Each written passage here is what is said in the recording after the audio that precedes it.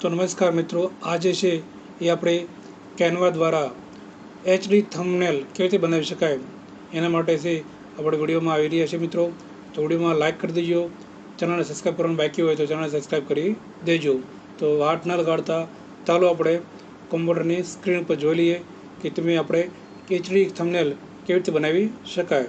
તો ચાલો આપણે કેનવાને ઓપન કરીએ. તો મિત્રો અહીં છે એ આપણું ગૂગલ પ્લે ખુલી ગયું છે. ત્યાં તમારે છે કેનવા સર્ચ કરવાનું છે મિત્રો. કેનવા સર્ચ કર્યા બાદ તમે પહેલી જ લિંક આવશે તેને તમારે ઓપન કરી લેવાની છે મિત્રો. તો એ પહેલી લિંક ઉપર ક્લિક કરીએ તો પહેલું જ પેજ આપણું છે કેનવાનું ખુલી ગયું છે. ત્યારબાદ આપણે છે તેને લોગિન કરવાનું છે. તો સાઇનઅપ કરી લઈશું. ગૂગલ એકાઉન્ટ દ્વારા છે આપણે કેનવાને સાઇનઅપ વેરિફિકેશન કરી લઈશું.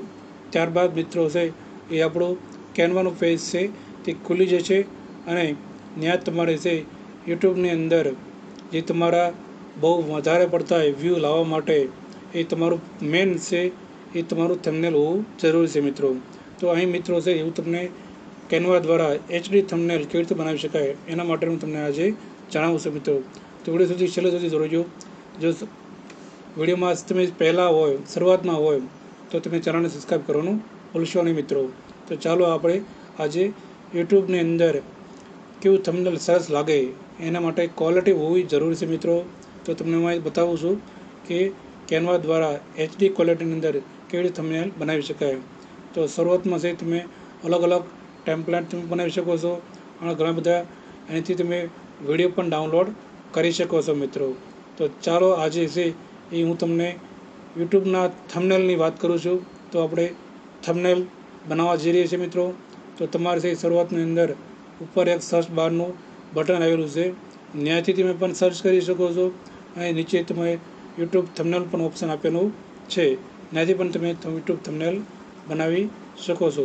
તો મિત્રો છે અહીં છે તમને વાર ન લગાડતા ઉપર સર્ચ કરશું યુટ્યુબ થંબનેલ એટલે તમે પણ થંબનેલ ખુલી જશે. એ ઘણા પ્રકારના તમે મિત્રો જોવા મળે છે. અલગ અલગ વેરાયટીના તમને ફ્રેન્ડ પણ બનાવી શકો છો. તો આપણે સર્ચ કરશું યુટ્યુબ થંબનેલ.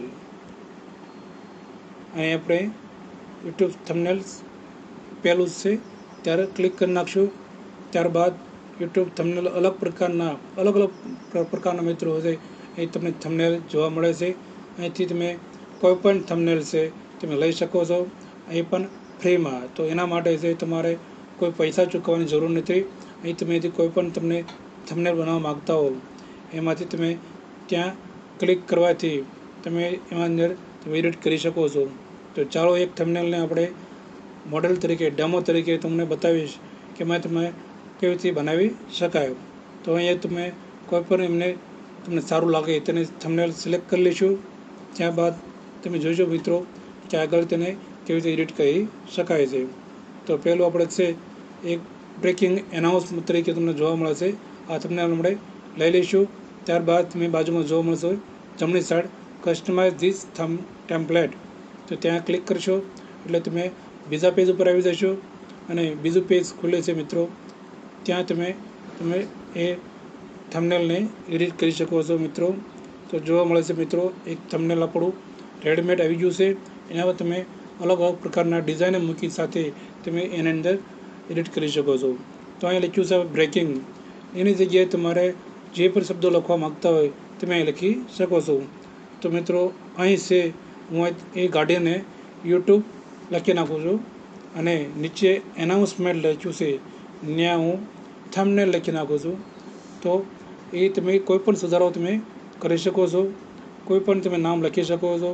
નીચેની હેડિંગ બોર્ડિંગ તમે કોઈ પણ પ્રકારની તમે કરવા માગતા હોય તો તમે કરી શકો છો. તો મેં યુટ્યુબ થંબનેલ લખી નાખ્યું છે. નીચેનું જે લખાણ છે તમે દૂર કરવા માગતા હોય તો તમે તેને ડિલીટ ઓપ્શન આપીને તમે ડિલીટ કરી શકો છો.